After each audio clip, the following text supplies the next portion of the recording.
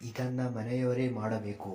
ಲಕ್ಷ್ಮಿ ಒಳಗೆ ಬರಲು ಇದು ಚಿನ್ನ. ಮನೆಯಲ್ಲಿ ಏನಾದರೂ ಇಲ್ಲದಿದ್ದರೆ ಸ್ವಲ್ಪ ತುಂಬಿದೆ ಎಂದು ಹೇಳಬೇಕು, ಇಲ್ಲವೆಂದರೆ ಹೇಳಬಾರದು. ದುಃಖ ವಿಚಾರಿಸಲು ಬಂದವರನ್ನು ಆಹ್ವಾನಿಸಬಾರದು. ಆದೇಶ ಅವರು ಹೋಗುವಾಗ ಹೋಗಿ ಬರುತ್ತೇನೆ ಎಂದು ಹೇಳಬಾರದು.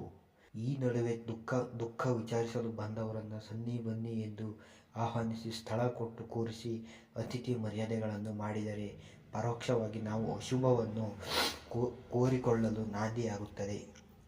ಒಬ್ಬರು ಧರಿಸಿದ ಹೂವನ್ನು ಇನ್ನೊಬ್ಬರು ಧರಿಸಬಾರದು. ಸುಮಂಗಲಿಯರು ಕಪ್ಪು ವರ್ಣದ ಬಟ್ಟೆಗಳನ್ನು ಧರಿಸಬಾರದು. ಉಪ್ಪು, ಹುಣಸೆ ಹಣ್ಣನ್ನು ಇವುಗಳನ್ನು ಯಾರಿಗೆ ಕೊಟ್ಟರೂ ಕೈಗೆ ಕೊಡಬಾರದು. ಪ್ರತಿನಿತ್ಯ ಊಟಕ್ಕೂ ಮುನ್ನ ಕಾಗೆಗೆ ಅನ್ನ ಇಡಿ ಅಥವಾ ಸಾಕು ಪ್ರಾಣಿಗಳಿಗೆ ಊಟವಿಡಿ. ಸುಮಂಗಲಿಯರು ಕಾಲಿನ ಮೇಲೆ ಕಾಲು ಹಾಕಿ ಕುಳಿತುಕೊಳ್ಳಬಾರದು. ಒಂಟಿ ಕಾಲಿನಲ್ಲಿ ನಿಲ್ಲುವುದು ಮಾಡಬಾರದು. ಇದರಿಂದ ದರಿದ್ರ ಉಂಟಾಗುತ್ತದೆ. ಹೊಸ ಬಟ್ಟೆಗಳನ್ನು ಧರಿಸುವ ಮೊದಲು ಅದಕ್ಕೆ ಸ್ವಲ್ಪ ಅರಿಶಿಣವನ್ನು ಯಾವುದಾದರೂ ಒಂದು ಮೂಲೆಯಲ್ಲಿ ಇಡಬೇಕು. ಮನೆಯಲ್ಲಿ ಅಕ್ಕ ತಂಗಿ ತವರಿಗೆ ವರ್ಷಕ್ಕೊಮ್ಮೆ ಕರೆಸಿ ಅರಿಶಿಣ, ಕುಂಕುಮ, ಫಲ, ತಾಂಬೂಲವನ್ನು ಕೊಟ್ಟು ಹರಸಿದರೆ ಮನೆತನ ತುಂಬ ಎತ್ತರಕ್ಕೆ ಬೆಳೆಯುತ್ತದೆ. ಹೂವನ್ನು ಬಾಗಿಲ ಬಳಿ ಮಾರಾಟ ಮಾಡಲು ಬಂದಾಗ ಬೇಡ ಎನ್ನಬಾರದು. ಅದಕ್ಕೆ ಬದಲಾಗಿ ನಾಳೆ ತೆಗೆದುಕೊಳ್ಳುತ್ತೇನೆ ಎಂದು ಹೇಳಬೇಕು. ಸುಮಂಗಲಿಯರು ಬೈತಲೆಯಲ್ಲಿ ಯಾವಾಗಲೂ ಕುಂಕುಮ ಇರದೇ ಇರಬಾರದು. ಸುಮಂಗಲಿಯರು ಎರಡೂ ಕೈಗಳಿಂದಲೂ ತಲೆಯನ್ನು ಕೆರೆದುಕೊಳ್ಳಬಾರದು.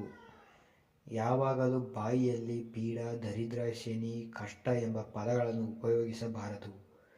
ಯಾವುದೇ ಕಾರಣಕ್ಕೂ ಶುಕ್ರವಾರ, ಮಂಗಳವಾರ ಹಾಗೂ ಸಾಯಂಕಾಲದ ಹೊತ್ತು ಕಣ್ಣಲ್ಲಿ ನೀರು ಹಾಕಬಾರದು.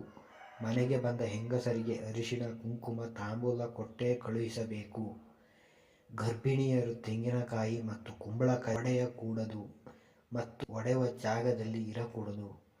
ಗರ್ಭಿಣಿ ಸ್ತ್ರೀಯರು ನಿಂಬೆಹಣ್ಣನ್ನು ಕೊಯ್ದು ದೀಪ ಹಚ್ಚಬಾರದು. ಸೂರ್ಯೋದಯಕ್ಕೆ ಮುಂಚೆ ಬೀದಿ ಬಾಗಿಲಿಗೆ ನೀರು ಹಾಕಿ ರಂಗೋಲಿ ಇಡಬೇಕು. ಸ್ನೇಹಿತರೆ, ಈ ವಿಡಿಯೋ ನಿಮಗೆ ಇಷ್ಟವಾದರೆ ಒಂದು ಲೈಕ್ ಮಾಡಿ ಮತ್ತು ಇದೇ ರೀತಿ ಉಪಯುಕ್ತ ಮಾಹಿತಿಗಳ ವಿಡಿಯೋಗಳಿಗಾಗಿ ನಮ್ಮ ಚಾನಲನ್ನು ಸಬ್ಸ್ಕ್ರೈಬ್ ಮಾಡಿ. ಧನ್ಯವಾದಗಳು.